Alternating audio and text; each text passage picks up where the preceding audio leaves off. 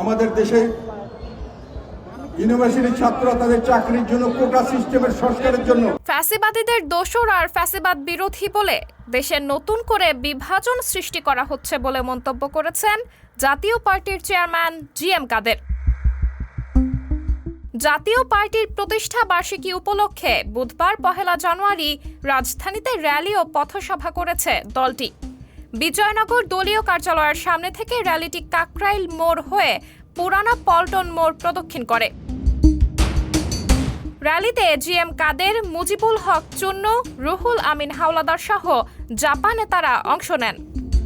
JaPa chairman বলছেন, বৈষম্য বিরোধী ছাত্র আন্দোলনের সময় জাতীয় পার্টির নেতাকর্মীরা অংশ নিয়েছে, তারপরও জাতীয় পার্টিকে শেখ হাসিনার দোসর বলা হচ্ছে।